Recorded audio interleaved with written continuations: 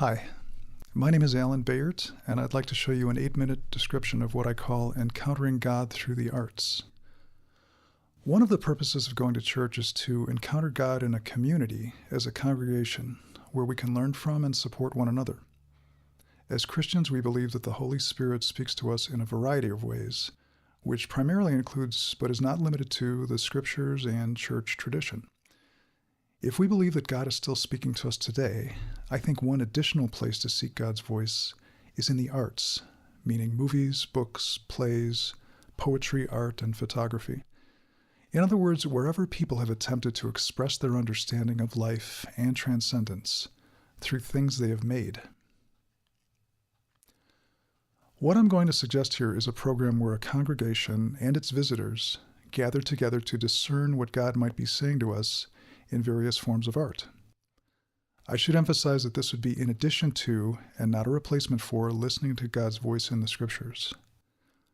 The arts have a way of startling us to hear the still, small voice that might go unheard in the rush of daily activity.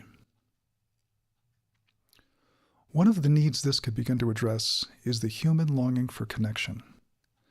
From God telling Adam, "It is not good to be alone," to Charles Darwin confirming that we are social beings, to Jesus telling us 2 or 3 should gather together, we know that we need human contact to flourish. However, surveys are finding that in this world of 7 billion people, a large number of people feel lonely and disconnected from each other. In fact, the UK just appointed a minister of loneliness to address this. Another need is the desire for spiritual, intellectual, social, and aesthetic inspiration. I think that for many people, if they are not going to college and not going to church, they have a hunger for these things that is not being satisfied and which they may not even recognize. And I'm sure we all know someone who is struggling with questions regarding some variation of dementia or Alzheimer's disease, and a common recommendation from doctors is to keep one's intellectual, social, and spiritual life active to strengthen and develop new brain synapses. One of the contributing factors to feelings of isolation is our increased reliance on technology. People are spending more time with their devices and consequently less time in face-to-face contact with other people. Even the phrase phoning it in has become anachronistic as many people now text incomplete sentences, abbreviations, or pictures representing words. Viewing and commenting on social media can give a person a confusing and ironic feeling of loneliness, despite having a large number of online friends with lots of online activity. A second contributing factor to loneliness is the aging of a large portion of our population.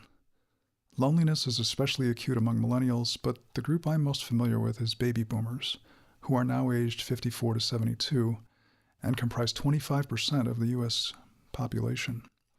Whether they're retirees, widows, widowers, divorced men and women, or empty nesters, there are a lot of baby boomers who are not as socially active as they once were.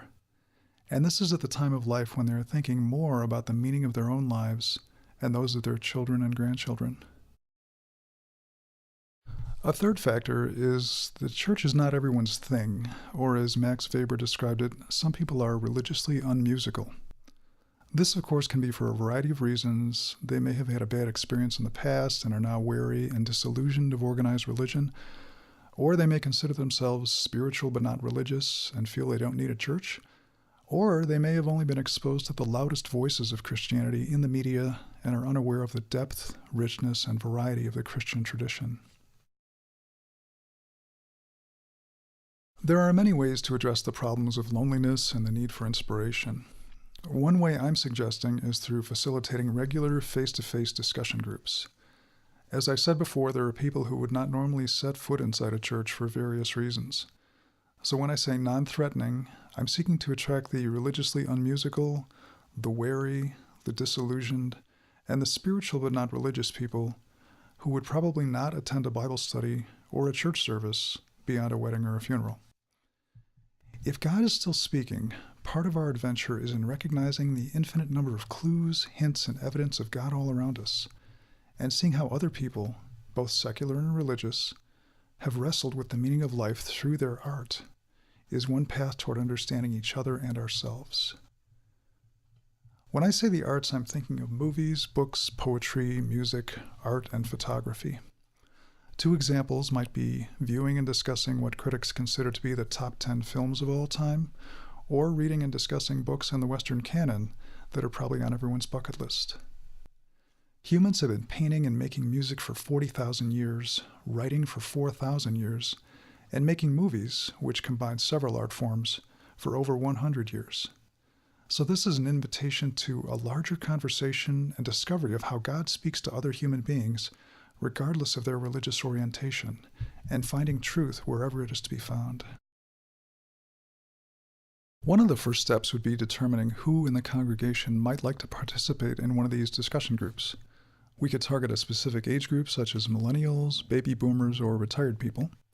Or we could select books and movies that appeal to entire families. Or we could target those outside the church as a soft form of evangelism.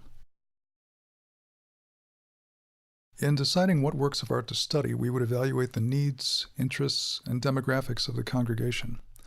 I don't think we need to do extensive research, as the church pastors would most likely already have a good sense of the congregation's current needs and interests. Regarding the timing and scheduling, these could be ongoing year-round groups, or they could be offered for a particular liturgical season, such as Lent, Holy Week, Pentecost, Advent, Christmas, or Easter, or they could fill some specific needs in ordinary time. Regarding location, different spaces and environments have their pluses and minuses for these types of discussions. The church building provides an established public and consistent location to promote. Meeting in people's homes is more intimate, but it's also more difficult to coordinate and host. A retreat center might be a good option for beginning or ending a seasonal session.